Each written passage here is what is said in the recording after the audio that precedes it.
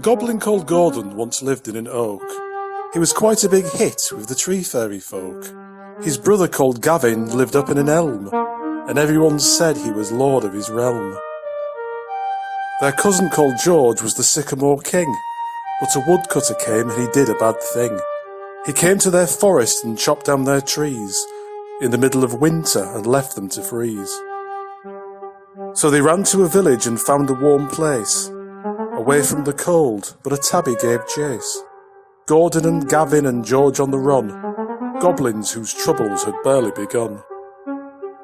So they hid in a sofa and lay very still, and waited and waited and waited until the cat went out prowling, but they couldn't flee. A family came in and switched on the TV. The family were heavy, the goblins were crushed, and people like these never hurried or rushed. When one programme finished, they turned on the news and argued together, expressing strong views. The goblins fell silent, their fears went unspoken, beneath heavy bottoms and springs that were broken. Gordon and Gavin and George trapped beneath bottoms that offered them little relief.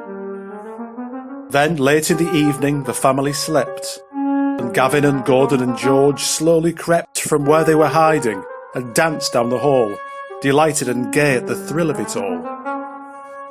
They picked up some objects and took them away, for they knew that the humans would miss them next day. Some coins and a rubber, a pencil, a pen, and took them back home to their new cosy den. An old mobile phone and the bathroom door key. So happy were they to be careless and free. Gordon and Gavin and George on a spree. When goblins are playing, what fun there will be. Perhaps in your house things go missing a lot.